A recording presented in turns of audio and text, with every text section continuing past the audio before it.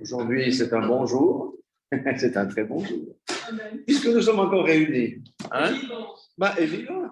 Il y en a certains qui ne peuvent pas, ils sont sous la terre, par exemple, où ils ont été brûlés, que sais-je. Nous sommes en vie. Amen. Et nous pouvons avoir communion avec le Portugal, la France et même le Valais. Alors, que veut le peuple? Non, Dieu est grand, Dieu est bon et il veut encore faire du bien à nos âmes. Amen. Parce que nous vivons dans des temps particuliers, nous savons que nous vivons dans les temps de la fin. Et Dieu veut utiliser son peuple. Amen. Le peuple, c'est qui? C'est vous et moi. Voilà. Pour faire quoi? Pour faire les mêmes choses que lui. Parce que les ténèbres doivent être repoussées et la gloire de Dieu doit être vue. Amen. Parce que la moisson est grande et il y a peu d'ouvriers. Alléluia. C'est une réalité. Ceux qui cherchent vraiment Dieu pour chercher Dieu, je vous assure, il n'y en a pas des millions. Amen. Beaucoup cherchent Dieu par intérêt, parce que c'est le Dieu automate à boisson. On a besoin d'un truc, on téléphone, on met 2 pièces dans le jukebox, le Seigneur nous répond et on passe notre route, on jette la canette ou le papier de chocolat qu'on a mangé. Amen. Ça, c'est la chrétienté moderne. Mais le Seigneur veut des cœurs. Amen. Et ce soir, il va nous faire du bien. Parce que certains d'entre vous connaissent déjà un petit peu ces choses, mais le Seigneur m'a reconduit là-dedans. Nous allons aller dans l'évangile de Jean. Alléluia. Au chapitre 11. Au chapitre 11. Alléluia.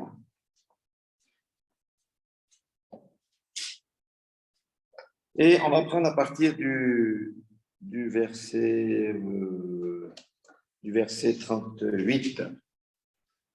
L'ami de Jésus était mort. C'était Lazare.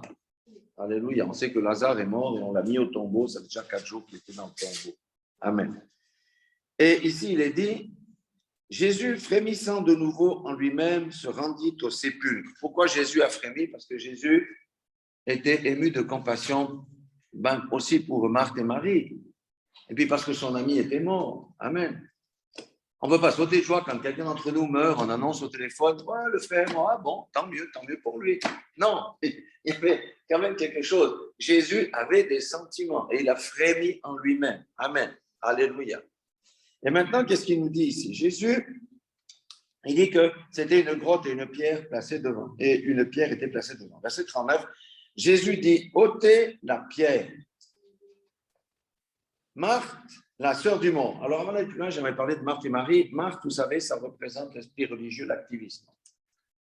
Lorsque Jésus était en visite chez Marthe et Marie et chez Lazare, quand il était encore en vie, Marthe, elle était préoccupée par la nourriture. Mais la Bible dit que c'est Marie qui avait la bonne part parce qu'elle était au pied du maître. Ça veut dire quoi? Mettons Dieu à la première place parce que nous recevons de lui plutôt que de faire l'activisme religieux. Amen. Alors, ôtez la pierre. Marthe, la sœur du monde, lui dit, Seigneur, il sent déjà car il y a 4 jours qu'il est là. Amen. Bon, ça, c'est comme je dis, c'est la réalité. On doit comprendre qu'il y a une différence entre la réalité et la vérité. La réalité, c'est que l'homme, Lazare qui est mort, il est mis dans le tombeau et il sent déjà. C'est les 5 sens. Amen. Mais Marthe dit ça comme si ça allait limiter Jésus. Les 5 sens ne doivent pas nous limiter. Non, les 5 sens, nous, on marche avec la vérité. La vérité, c'est Jésus, le chemin, la vie, la résurrection. Amen. C'est ça la vérité. La réalité peut te montrer des tas de choses différentes. La vérité, c'est autre chose. La vérité, c'est la parole de Dieu. La vérité, c'est la puissance de Dieu. C'est comme si elle veut décourager Jésus. On dit, oui, mais attends, il sent déjà, il pue, quoi, en clair. Ça fait 4 jours qu'il est là-dedans. Alors Jésus lui dit, ne t'ai-je pas dit que si tu crois, tu verras la gloire de Dieu. Dieu veut des hommes et des femmes de foi. Et moi, je suis un homme de foi et vous êtes des femmes et des hommes de foi. Il y a pas beaucoup d'hommes comme d'habitude. Ça, c'est vrai. La foi, là, elle est importante. Ça fait une partie intégrante de notre nature. Amen. On voit que Marthe, elle doutait. Elle n'a pas cru. Ils ôtèrent donc la pierre, au verset 41, et Jésus se leva les yeux en haut et dit, Père, je te rends grâce de ce que tu m'as exaucé. Mais il faut être audacieux pour dire devant tout le monde, le gars qui est là-dedans, couché, il va se lever. C'est ça que Dieu veut nous amener à ce genre de courage-là, qu'on prononce la chose avant que la foi s'exerce. Amen. Jésus est un homme de foi. Hein? Il a dit, pour moi, je savais que tu m'exauces toujours, mais j'ai parlé à cause de la foule qui m'entoure. Si nous, on ne dit jamais rien, puis après que le miracle a lieu, on dit, ah, je savais. Ce n'est pas la foi. Le Seigneur veut nous amener à ce niveau où on prononce la chose avant qu'elle n'arrive. Amen. C'est ça la foi. Le diable peut m'attaquer dans les songes. Le diable peut m'empêcher de dormir. Je me lève avec foi, je dis maintenant tu quittes ma chambre, tu ne viens plus m'agresser la nuit. Dans le nom de Jésus, maintenant tu prends tes affaires et tu pars. Amen. Je prononce. Je ne dis pas, bon Seigneur, ou bien je demande au diable, si tu ne peux pas quitter ma chambre, j'ai envie de dormir. Ce n'est pas comme ça qu'on fait. On a une bouche. Et c'est les paroles de la foi. Et notre foi, elle est où? Elle est basée sur la parole de Dieu. Et la parole de Dieu, elle est où? Elle est dans notre cœur. Amen. Alléluia. Donc, Jésus, il a fait ça. Donc, il a parlé à cause de la foule qui l'entourait, afin qu'il croie que c'est toi qui m'as envoyé. Nous, on prononce la parole de foi afin qu'il sache que nous servons un Dieu vivant, que lui nous a envoyés sur cette terre. Beaucoup de chrétiens ne comprennent pas. Viennent à Christ, puis après vivent leur vie jusqu'à ce qu'ils meurent. Oh, j'espère mourir dans un lit blanc. Oh, je rends les derniers souffles et je suis au ciel. Et qu'est-ce que tu as fait de toute ta vie? Rien du tout. Ce n'est pas ce que dit la parole. La parole dit qu'il nous a donné la vie afin que nous puissions le servir. Amen. Nous avons tous une destinée ici pour accomplir les œuvres de Dieu sur la terre et pour l'extension du royaume. La plupart des chrétiens ronflent matin, midi et soir. Spirituellement, j'entends. Donc, ça ne va pas. Et on va comprendre des choses tout à l'heure. Voilà, verset 43. Ayant dit cela, il cria d'une voix forte, Lazare, sort. Il s'adresse à quelqu'un en particulier. Comme je dis souvent, s'il avait dit seulement sort, tout le monde serait sorti. Parce qu'il a la parole de résurrection. Mais il a dit non. Les autres restaient couchés. Lazare sort. Amen. C'est un appel. Lazare, ça symbolise qui? Celui qui est mort. Avant de connaître Christ, on était comment? On était comme Lazare. On était dans un tombeau. Est-ce qu'on avait connaissance de la vérité? Est-ce qu'on connaissait que Dieu existait? Est-ce qu'on a eu des transformations dans notre vie? Non, absolument pas. Et verset 44, c'est une des parties de la prédication. Et le mort sortit, les pieds et les mains liés de bandes et de visage enveloppés d'un linge ou d'un sueur. Donc, quand on enterrait quelqu'un dans les temps passés, on l'entourait de bandelettes. Les jambes partout, les mains, la tête, non, on mettait un linge ou un sueur. Mais je vous pose la question, si on était entouré de bandelettes, est-ce que ça serait confortable de sortir du tombeau? Non, on est entravé, on n'est pas vraiment libre, on est attaché. Lazare ne pouvait pas faire ça, comme ça, se courber. Il ne pouvait pas, parce qu'il avait des bandelettes. D'abord, on lui a ôté le linge pour qu'il voie déjà. Ah, tiens, je suis ressuscité, c'est bien. Et le Seigneur, il a dit, déliez-le et laissez-le aller. Donc, il y a des gens qui ont été enlevés des bandelettes. Amen. Quand on vient à Christ, nous avons besoin d'être déliés de nos bandelettes. Si on veut pouvoir marcher en liberté, si on veut pouvoir servir le Seigneur dans la liberté. Alors, qu'est-ce que sont les bandelettes?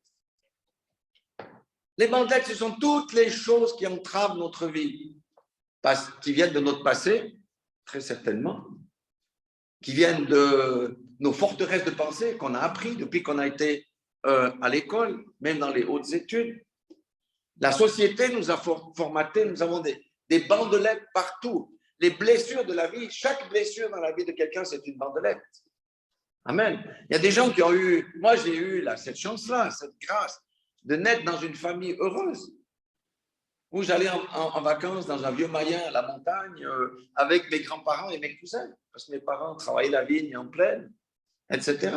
D'autres n'ont pas eu ça. J'ai eu un cousin et une cousine, ils ont perdu leur maman quand elle a eu 36 ans. Amen. Ça donne des bandelettes. Vous voyez ce que je veux dire?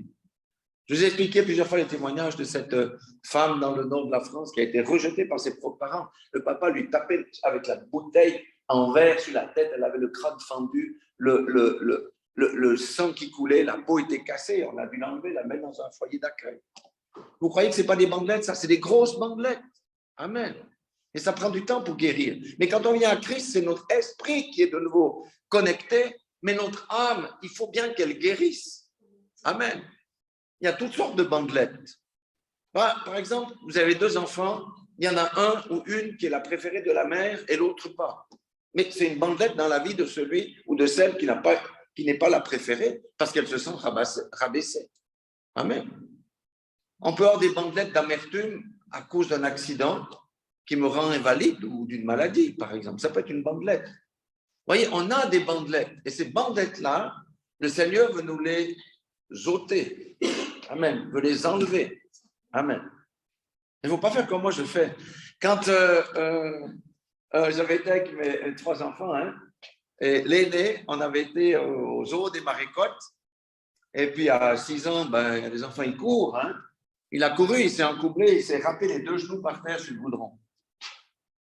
Mais c'est super, j'avais dans la voiture une bandelette, alors je lui ai mis la bande. Mais la pire des erreurs que je pouvais faire, c'est j'ai nettoyé, j'ai mis une bande. Mais après, ça a séché. Et puis quand il a fallu enlever la bande, il y avait la croûte. Ça a fait très mal, vous voyez ce que je veux dire? Non, quand on vient au Seigneur, on dépose notre bandelette. Ça prend du temps. C'est comme le pardon. C'est une grosse bandelette qui peut prendre des mois. Pour la femme dont je vous ai parlé, la sœur, là, ça a pris 6 mois pour pardonner à sa maman et à son papa. Amen. Et elle avait été rejetée par toute sa famille. Et même sa mère a dit, tu n'es qu'une sorcière, je te déshérite, tu n'auras rien. Et elle s'est réconciliée avec sa mère à 57 ans. Vous voyez le temps que ça prend. Et ma femme, ça fait 6 mois au téléphone pour l'amener à lâcher, à sortir ce qu'il y avait en elle, pour lâcher ce non-pardon. Et quand elle a lâché le non-pardon, c'est sa mère qui a repris contact avec elle, parce qu'elle avait pardonné. Amen. Ce sont les bandelettes. Nous avons des bandelettes. Alléluia. Ça peut être des bandelettes liées à un premier mariage qui a mal tourné. Ça peut être des bandelettes liées à des addictions. Il y a tellement d'addictions aujourd'hui. Il n'y a pas que l'alcool et la seringue. Aujourd'hui, il y a toutes sortes d'autres addictions qu'on peut avoir. On a les bandelettes de notre ancienne vie. Amen. Du reste, si vous regardez, quand vous naissez de nouveau, quand vous avez d'abord, il faut entendre la voix du Seigneur qui te dit, qui t'appelle par ton nom, sors de ton tombeau. C'est la première des choses. Quelqu'un qui n'entend pas la voix du Seigneur ne pourra jamais accepter le Seigneur. Jamais. Parce qu'il n'a pas entendu. Amen. Et la foi vient de ce qu'on entend. C'est pour ça qu'on doit publier la bonne nouvelle. Amen. On doit prêcher à nos voisins, à ceux qu'on trouve dans la rue. Mais comme je dis, il faut que ça soit conduit par le Seigneur. Quand on se met au service du Seigneur, le Seigneur va te dire, va là-bas. Tu ne sais pas pourquoi tu vas là-bas, mais là-bas, tu vas rencontrer une situation dans laquelle tu vas pouvoir pour prier pour quelqu'un. Comme je dis, l'évangélisation, ce n'est pas d'arriver avec la grosse Bible. Vous tous les perdus, venez, j'ai quelque chose à vous dire. Vous voyez ce que je veux dire? On doit être concret dans la vie. Amen. Les gens ont des problèmes. Les gens ont plein de bandelettes. Et le Seigneur veut que nous ôtions les bandelettes de ces gens-là. Certains, il faut ôter le linge qu'ils ont devant les yeux. Vous voyez ce que je veux dire? Parce que le linge, ça le rend aveugle. C'est le Dieu de ce siècle qui les a aveuglés en mettant le linge qu'on avait mis à Lazare. Alléluia. Donc, le Seigneur a demandé à plusieurs d'aller délier. Ça veut dire quoi? C'est des frères, c'est des sœurs, c'est des pasteurs, c'est ceux qui prêchent la parole, c'est ceux qui sèment quelque chose dans la vie de la personne. Ça délie une bandelette. Amen. Jusqu'à ce que la personne soit complètement libre. Bon, moi je suis valaisan, mais je pense un peu partout dans le monde. Il y a les secrets de famille. Les secrets de famille qui sont lourds à porter. Quand il y a eu des abus dans une famille, tout le monde ne dit jamais rien. Il ne faut surtout pas ouvrir ça. Mais vous rendez ça, ce n'est pas des bandelettes, je ne sais pas comment on peut appeler, c'est des linges qui sont autour de la personne. Amen. Et les personnes ont besoin d'être délivrées de ces choses. C'est pour ça qu'il nous utilise, le Seigneur veut nous utiliser pour ôter les bandelettes des autres. Amen. Alléluia. Parce que quelqu'un ne peut pas être libre s'il garde les choses du passé en lui. Pour certains, ça prend du temps. Amen. Alléluia. Mais le Seigneur veut tous nous délivrer. Du reste, Jésus a été envoyé pour libérer les captifs. Amen. Les captifs, c'était certes le peuple d'Israël, mais c'est tous ceux qui sont dans les prisons spirituelles. À cause de l'idolâtrie, à cause de la jalousie, à cause de l'amertume, à cause du non-pardon, à cause des addictions sexuelles, la pornographie et autres. Il y a tellement de prisons spirituelles. Vous savez, les geôles de Satan sont énormes. Il y a des prisons pour tous les goûts, toutes les couleurs. Amen. Alléluia. Mais le Seigneur veut que les âmes soient délivrées. Amen. C'est pourquoi il dit ici, déliez-le et laissez-le aller. Amen.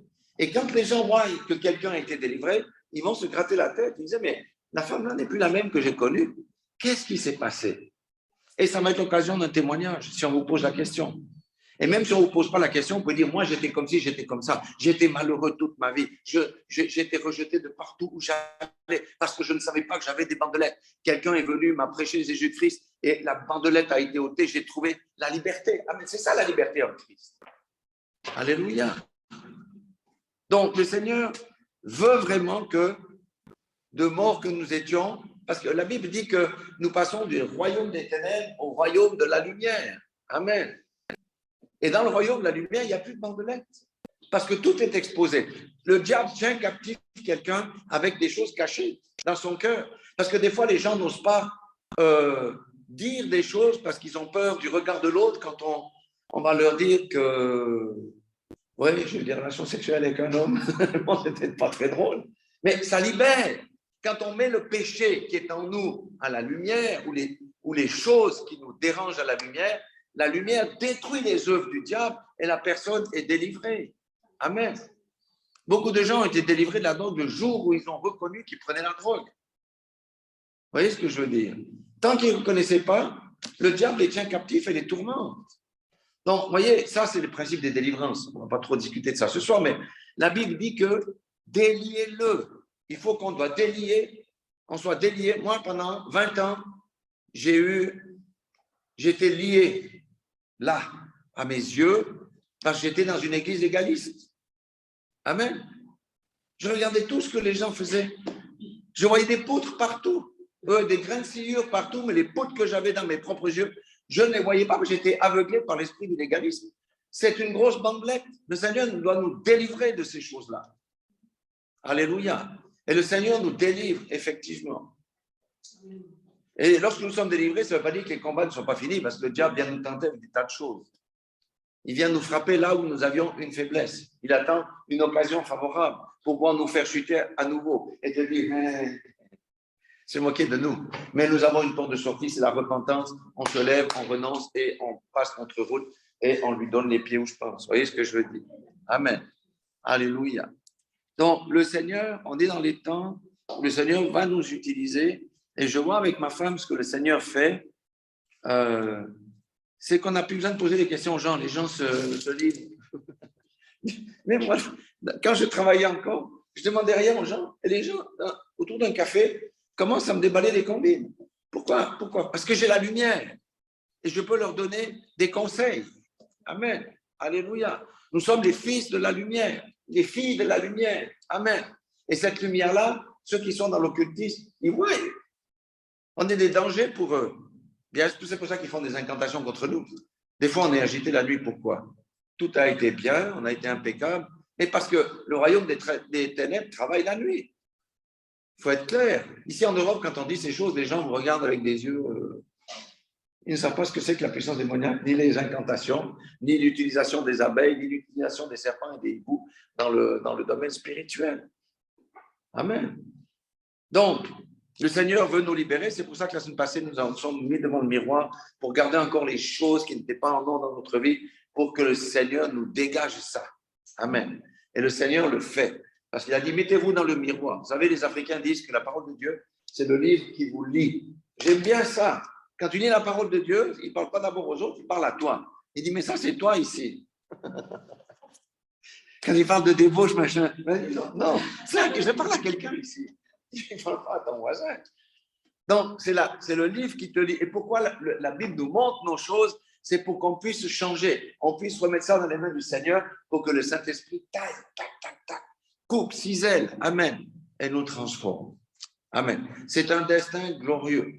Et aujourd'hui, je bénis Dieu quand même. Pourquoi? Parce que si je ne connaissais pas Dieu, je réfléchirais à la manière du monde et je commencerais à être un peu en panique par rapport à tout ce qui se passe aujourd'hui. Mais comment mon futur va être?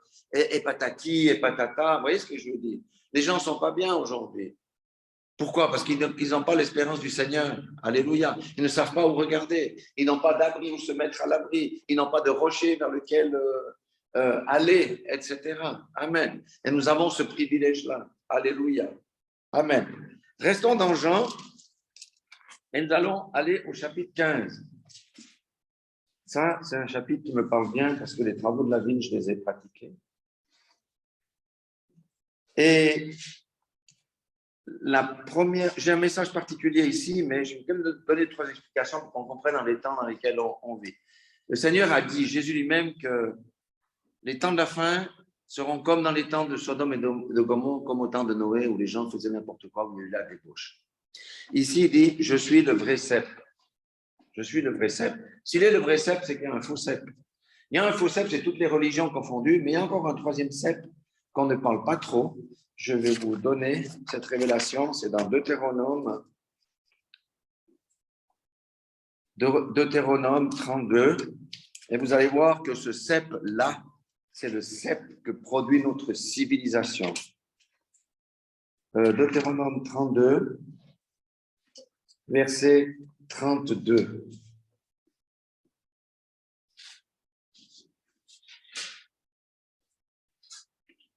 Il dit, mais leur vigne, vous savez que la vigne est constituée d'un ensemble de cep.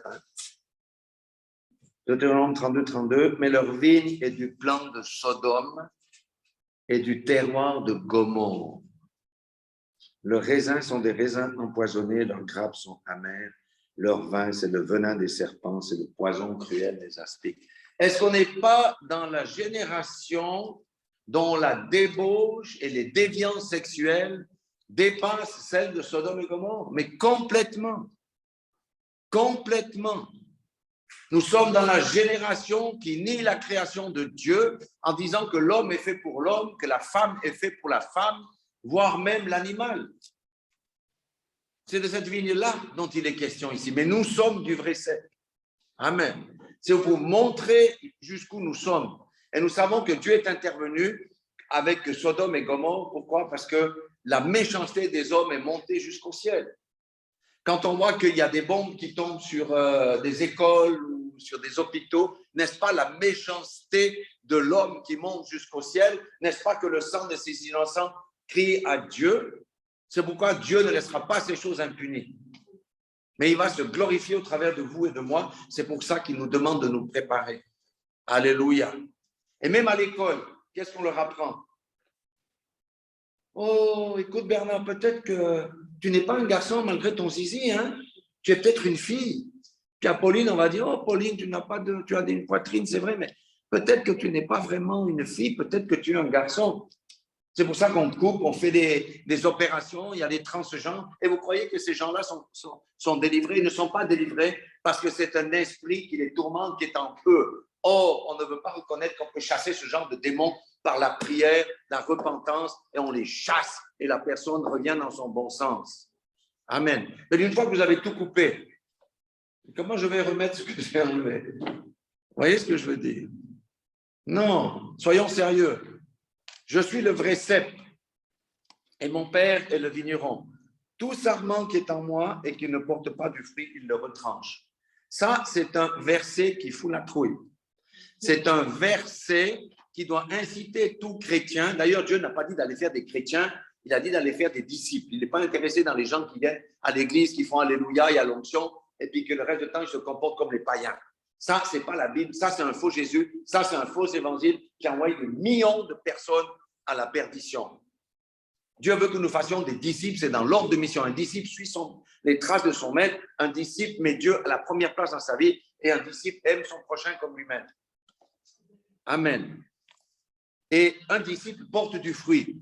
À quoi ça sert avoir en Dieu des millions de chrétiens qui ne portent pas de fruits pour le royaume sur la terre? À quoi ça sert? C'est comme si vous êtes patron d'entreprise, vous avez 2000 ouvriers. Sur les 2000 ouvriers, il n'y en a que 200 qui bossent, puis tout le reste sont tout le temps à la pause. Mais vous allez faire quoi au bout d'un moment? Vous allez dire dehors les 1800.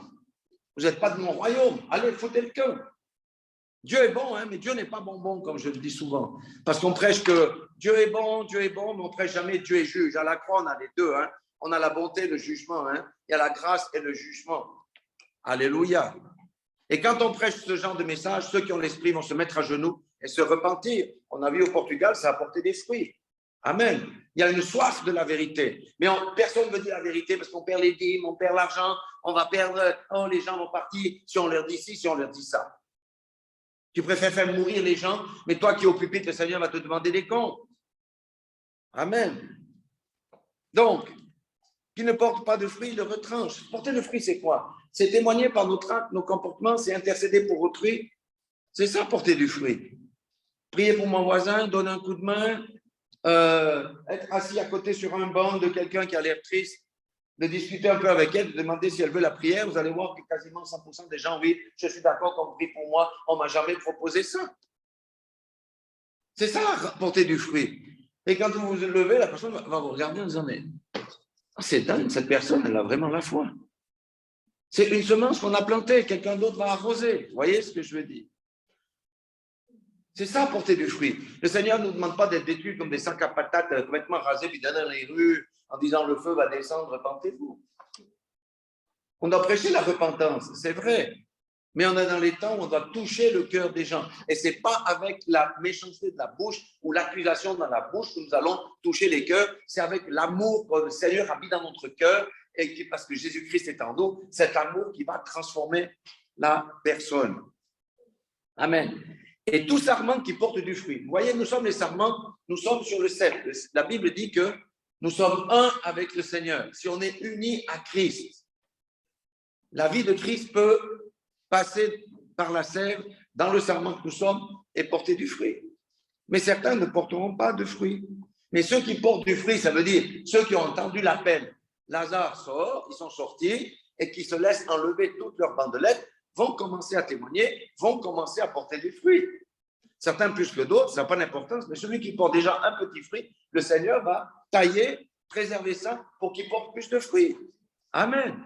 C'est ça la vie chrétienne. Il les montre afin qu'ils portent encore plus de fruits. Déjà, vous êtes purs, on est purs parce qu'on a accepté le Seigneur nous a nettoyés, nous avons mis notre vie en ordre. Amen. À cause de la parole que je vous ai annoncée. Demeurez en moi et je demeurerai en vous. Comment les gens pensent vivre une vie de péché en disant je demeure dans le Seigneur? Le Seigneur, est-ce qu'il... Bon, on va prendre un exemple. Vous possédez plusieurs maisons. D'accord? C'est les vacances. Vous allez aller dans le sud de l'Italie. Parce que vous avez des maisons là-bas. Vous avez 3 maisons. Vous entrez dans la première, le ménage n'a pas été fait. Il y a des toiles d'araignée, il y a du chenille partout. On a laissé ouvert les fenêtres, il y a des feuilles qui sont rentrées, qui sont sur le lit. Il y a de la poussière partout. Vous dites, qu'est-ce que vous faites? Bon, j'en ai 3, je veux voir les 2 autres. La deuxième, encore pire que celle-là. Il y a même des gens qui sont venus passer la nuit dedans. Vous allez à la troisième est propre, bien en ordre, fermée, tout orné, impeccable. Vous allez dormir où? Mais dans la troisième, le Seigneur ne va pas faire son lit dans la saleté. Amen. Il nous a délivrés du péché. Il nous a donné vous savez, on confond la grâce. On dit, moi je suis sous la grâce. Je suis sous la grâce. Dieu est tellement bon. Je suis sous la grâce. Ouh. Oui, tu es sous la grâce. Mais ce n'est pas pour autant que Dieu t'autorise à pécher. La grâce te donne la force de vaincre le péché. Amen. La grâce te donne la force de vaincre le péché. Alléluia. C'est pourquoi le Seigneur, il dit, venez à moi, vous tous qui êtes chargés de vos bandelettes, de vos fardeaux, et je vous donnerai du repos. Ça, tout le monde comprend, mais il faut tout dire. Ça, c'est la partie de la croix là. Mais il faut dire aussi, recevez mes instructions et marchez dans mes commandements. Amen. On n'a plus la loi, vous savez, pour faire toutes les combines là qu'on demandait de faire.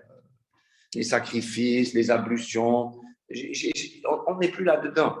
Mais la loi, le fondement, c'est mets Dieu à la première place dans ta vie. Amen. C'est avec ton cœur. Et aime ton prochain comme toi-même. Amen. Et quand on aime son prochain, on lui pardonne, même s'il nous a fait des sacrés. Parce que le non-pardon empêche la gloire de Dieu de descendre dans la vie de quelqu'un. Et le non-pardon amène la misère dans la vie de quelqu'un. Combien de gens j'ai entendu, ah, mon frère là, sur son lit de mort, je ne lui pardonnerai pas. Et sur son lit de mort, je ne lui pardonnerai pas non plus. Pauvre fou, tu te pourris ta vie toi-même. Et quelle va être ta destination? Ah, il a eu l'extrême onction. Mais oui, c'est ça. Notre cœur doit être pur. Amen. Alléluia. Et vous voyez, il dit, demeurez en moi. C'est à nous à faire l'effort de demeurer en Jésus. Comment on demeure en Jésus? En respectant sa parole, c'est tout. Amen. Ce n'est pas compliqué. On se met à son service. Le Seigneur veut qu'on travaille pour lui. C'est ça, porter aussi beaucoup de fruits. Amen. C'est marcher dans la droiture, la justice. Si on est dans la fraude, on arrête la fraude. C'est pas compliqué. Il y a des chrétiens qui continuent à vivre dans la fraude parce qu'ils ne veulent pas, parce que s'ils arrêtent de vivre dans la fraude, ils perdent de l'argent. Et alléluia, il y avait l'onction. Il y avait l'onction. Mais ça veut dire quoi ça? Ta vie n'est pas en or, mets ta vie en or.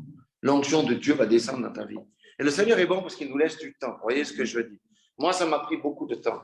Je vous assure. Dans la vie, je suis né prématuré. C'est pour ça que je mange beaucoup et vite. Ça, c'est une chose que j'ai compris. Mais pour la nouvelle naissance, j'étais retardataire. Parce que la gestation a duré du temps. Parce qu'il y avait des choses que je ne voulais pas lâcher. Vous voyez ce que je veux dire? Mais à la fin, j'ai lâché. Je suis né bien. Mais tant que je ne lâchais pas, je connaissais. Je savais que. Mais je raisonnais. Vous voyez ce que je veux dire?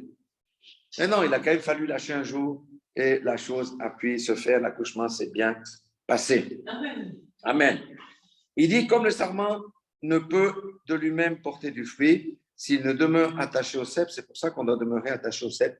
Ainsi, vous ne le pouvez pas non plus si vous ne demeurez en moi. Amen. Alléluia. Et demeurer en Jésus, c'est pas aller à l'église. Vous voyez ce que je veux dire? On confond ça. Mais moi, je vais à l'église tous les dimanches. Ouais. Puis même, ça m'arrive d'aller au groupe de prière. Vous vous rendez compte? Dieu dit, ton manteau-là, il est vité, jette-le loin. Jette-le loin. Moi, je veux une relation avec toi. C'est dans ta chambre, dans le secret, quand tu es seul avec moi. Je veux que tu me parles. Je veux que tu me dises tes soucis. Je veux que tu me dises quand tu es dans la joie. Je veux que tu me demandes comment je peux t'aider. Amen. Alléluia. C'est ça que Dieu veut. C'est une relation, c'est pas, c'est dimanche, c'est le moment entre 17h et 19h, j'ai ma relation avec Dieu, puis après, la semaine, j'ai ma relation avec le monde. Ça s'appelle la tromperie. Mais vous voyez, on ne dit pas la vérité aux gens. Oui, le salut est gratuit. J'ai fait ces jours-ci, j'ai un peu le feu comme ça. J'ai fait 6 vidéos, là, que je mettrai sur Vitamine du Royaume. Vous allez voir, j'explique tout ça dans le détail. Hein? C'est vraiment ça. Jésus doit être le Seigneur de notre vie. Alléluia. Et la communion, Dieu est un Dieu de relation, n'est pas un Dieu de transaction. Bon, Seigneur, écoute, je vais donner 2000 francs pour les pauvres, mais toi, tu m'arranges le coup avec mon travail. Dieu n'est pas un Dieu de transaction. Tu peux donner ton argent va ne servir à rien. Il ne sera même pas compté à justice parce que les motifs de ton cœur sont mauvais. Donc, c'est une relation personnelle. Alléluia. Même les tout jeunes, là, d'avoir une relation personnelle avec Jésus. C'est ça qui va leur permettre de flamber dans les études. C'est ça qui va les protéger de ces mauvaises compagnies de jeunes filles, de jeunes hommes qui tournent autour, etc., pour les faire chuter, les ravir de la main de Dieu. Nous devons être enracinés dans la parole de Dieu aujourd'hui. Vraiment enracinés. Alléluia. Et si nous voulons porter du fruit, nous demeurons en Dieu. Dieu va faire croître le fruit. Et quand on porte le fruit, on va dire, waouh, Seigneur, c'est super, je veux porter plus. Taille encore mon caractère. J'ai un tel comportement là. J'ai la colère qui monte vite en moi. Je veux plus ça. Allez, dégage ça. Accorde-moi la maîtrise de moi-même. J'ai encore trop de pensées impures. Quand je vois le sexe opposé, Seigneur, ferme mes yeux. Je fais un pacte avec mes yeux. Alléluia. Le Seigneur entend ça, il va le faire. Moi, je vous dis, j'avais une langue de serpent. Vous savez comment c'est la langue de serpent? Elle est coupée en deux. D'un côté, je bénis les frères, de l'autre côté, je maudis, je critique, je juge. J'ai eu ça pendant 20 ans. J'ai demandé, Seigneur, ligature-moi cette langue ou ferme-moi la bouche, fais quelque chose. Le Seigneur l'a fait. Non, je vous assure, je ne supporte plus le murmure, la critique. Mais avant, je baignais dedans. Moi, je connaissais la Bible, j'étais d'un niveau. J'étais d'un niveau. Vous êtes où là-bas? C'est parce que quand je lisais la Bible, je ne croyais pas que la Bible, ça parlait de moi. Et quand je lisais que Dieu est le murmure, la critique et le jugement, je regardais les choses. Je ne me regardais pas moi-même. Vous voyez? Mais le Seigneur, ça a pris du temps, mais il l'a fait. Vous savez, on a tous un passif. On a tous un passif. Mais le Seigneur va le faire pour chacun d'entre nous. C'est ce que nous avons commencé à faire. Et quand on expérimente ça, c'est de la délivrance. Alléluia. Tellement pressé que, comme je disais dimanche passé, Quand je suis au magasin, je regarde comment je peux me filer devant, là, avec mon caddie. Maintenant, il y a quelqu'un qui a un gros caddie tout plein. Moi, j'ai mon panier. Je pourrais passer devant. Je dis, bon, allez-y, madame. Non, mais c'est vrai. On apprend la patience. Vous voyez ce que je veux dire? On apprend la patience avec Dieu. On apprend à mettre les autres en dessus de nous. Amen. Parce que nous sommes des serviteurs. Et c'est là que se trouve notre élévation. Celui qui se considère en dessus d'autrui, sa chute sera grande. Et plus se considère hautement au-dessus d'autrui, plus la chute sera dure. Amen. Alléluia. Je reprends. Verset 5. Je suis le cep, vous êtes les sarments, celui qui demeure en moi et en qui je demeure porte beaucoup de fruits, car sans moi, vous ne pouvez rien faire. Vous voyez, Jésus répète ces choses pour qu'on comprenne bien la chose là. Maintenant, le verset 6, qui est aussi un autre verset qui devrait inciter beaucoup de personnes à réfléchir à leur vie. Si quelqu'un ne demeure pas en moi, oui, parce que beaucoup de gens vivent leur propre vie, bien sûr, et que mes paroles, si quelqu'un ne demeure pas en moi, il est jeté dehors. Vous savez que Dieu est patient avec nous, c'est normal. Mais après 20 ans de mise en garde, à un moment donné, il y a quand même quelque chose qui se passe. Vous voyez ce que je veux dire? Il est jeté dehors comme le sarment, et il sèche, puis on le ramasse et on jette au feu et il brûle. Amen. Si le Seigneur a dit à quelqu'un qui a la convoitise de l'argent, hein, l'amour de l'argent est la racine de tous les maux. Il lui répète ça en 2011, en 2012, en 2013, en 2014, en 2015, en 2016, en 2017, 2018, 2019, 2020, 2021. En 2023, qu'est-ce qui risque d'arriver? Il va le retrancher. Parce que la personne a fait son choix de préférer le Dieu de ce monde plutôt que celui qui sauve. Amen. Dieu est bon. Une fois qu'il nous a révélé, comme on a pris l'autre jour, hein, il y a des tâches qu'on a sur nos habits, ça prend du temps. Le Seigneur, il dit, du moment qu'on a intériorisé puis qu'on est d'accord, il va nous aider à détacher. Certains, ça va très vite, d'autres, ça prend peut-être 1 mois, 2 mois, 3 mois, mais ça va se faire. Amen. Et la chose, c'est que nous devons coller au cep, nous devons être un avec le Seigneur. Quelqu'un, ça c'est le cep, ça c'est les sarments. Est-ce qu'on peut avoir un sarment qui est posé tout seul ici? Non, il va sécher et mourir. On doit recevoir la vie en étant là. C'est pour ça qu'on a la communion entre les frères et sœurs. C'est important. Parce qu'on est tous partis du même cep. C'est pour ça que quand on a des difficultés, il ne faut pas rester à se morfondre dans sa chambre. Vous pouvez m'appeler ou appeler ma femme. Bon, maintenant, elle est en voyage, mais j'entends. Ou appeler une sœur, ou appeler un frère. Les frères, il n'y en a pas beaucoup. Mais bon, c'est vrai. Pourquoi on discute? Le Seigneur va donner une parole de sagesse, le Seigneur va donner une parole de réconfort, le sagesse va donner une parole de consolation, ou alors on entre dans un combat spirituel parce qu'il y a vraiment quelque chose de démoniaque qui s'attaque à la personne. Amen. Le diable, vous savez, si vous regardez, le diable, il fonctionne comme les lions. Les lions. Bon, le lion, en principe, il est assez paresseux quand même, c'est les lions qui chassent. Mais quand même, lui, il doit garder les lions, hein, c'est le lion. Maintenant, ils ont faim parce qu'ils ont mangé l'antilope ou le bœuf ou le buffle, je ne sais pas quoi. Il faut aller à la chasse. Ils voient un troupeau. D'abord, comment? Vous savez, la nature nous enseigne, hein, c'est la première Bible. Hein. Si vous regardez les documentaires animés, vous allez voir qu'ils vont toujours, et les félins, c'est comme ça, regardez quelle est la bête la plus faible du troupeau. Celle qui court moins vite, celle qui est peut-être la plus âgée, celle qui a une faiblesse. Ils voient ça. Et ensuite, leur tactique, c'est de faire peur au troupeau pour isoler la bête là. Et d'une fois qu'elle est isolée, c'est fini, elle est cuite. C'est ça que beaucoup de chrétiens ne comprennent pas en restant seuls dans leur coin. C'est qu'ils sont isolés et le diable peut amener plusieurs démons pour lui faire la fête. Amen. C'est pourquoi nous devons être unis dans la communion fraternelle, c'est vrai. Mais nous devons être unis dans le combat. Vous savez, beaucoup de chrétiens ne savent pas même qu'ils sont dans un combat. Parce qu'ils ne voient pas. En Europe, on ne voit pas. Mais quand vous allez en Afrique sur le terrain, on voit le combat. Je vous ai dit là, dans la cuisine, il y a un essaim d'abeilles qui est rentré, des centaines d'abeilles qui sont rentrées. Au nom de Jésus, nous vous chassons. Toutes les abeilles sont parties. Un hibou aussi, qui n'avait plus de force. Et un hibou, je peux vous dire que c'est un oiseau, c'est un rapace avec des griffes et un bec qui vous défigure comme ça. On a tellement prié que le hibou, il était sur son truc. On l'a pris en main, on lui a tordu la tête et on l'a brûlé. Et quand j'ai voulu prendre les photos, j'ai pris les photos, il n'y avait aucune photo qui avait marché. Ce sont des choses démoniaques. Et ici en Europe, non mais tu déconnes, mais, non, mais vous voyez, ce sont des choses qu'on ne peut pas croire. Donc on doit rester unis au cep. Parce que c'est en étant unis au cep qu'on a la communion avec Jésus. Et par le sang de Jésus, nous avons la vie Zoé, nous avons la protection. Vous voyez, quand les Hébreux sont sortis de l'Égypte, le Seigneur avait dit, tuez l'agneau, mettez sur les linteaux, les poteaux de vos maisons. Si quelqu'un n'avait pas fait ça, l'aîné serait mort. Donc, c'est la protection. Amen.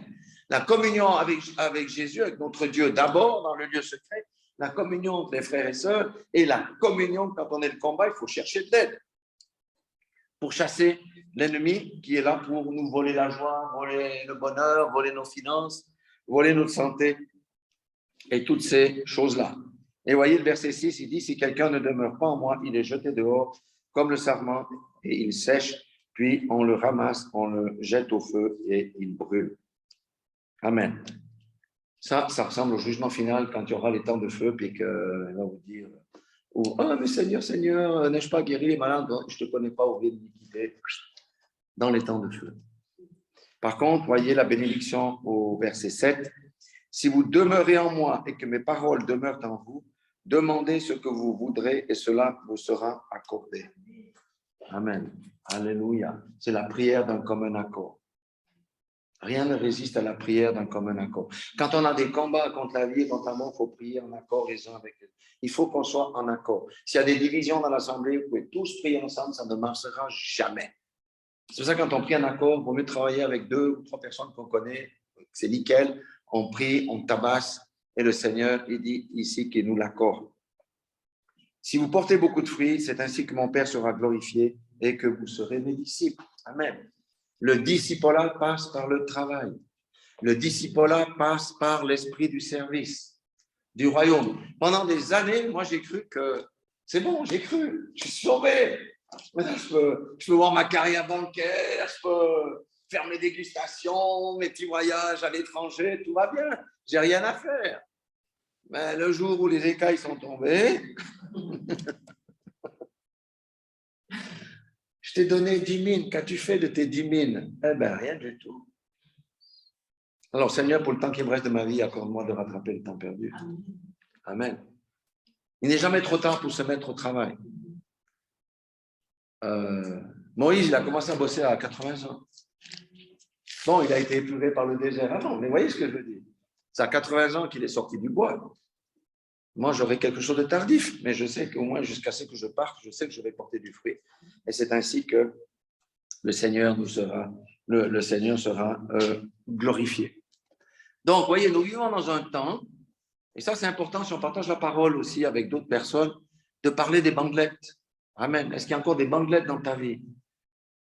Parce qu'il y a des bandelettes que, vous savez, je prends l'exemple d'un cas extrême, une femme battue. Je crois qu'il y a des hommes qui sont battus aussi aujourd'hui, d'accord? Ou d'un enfant battu. La bandelette qui n'a pas été arrachée va faire quoi? Il est cool, il est super, on ne voit pas.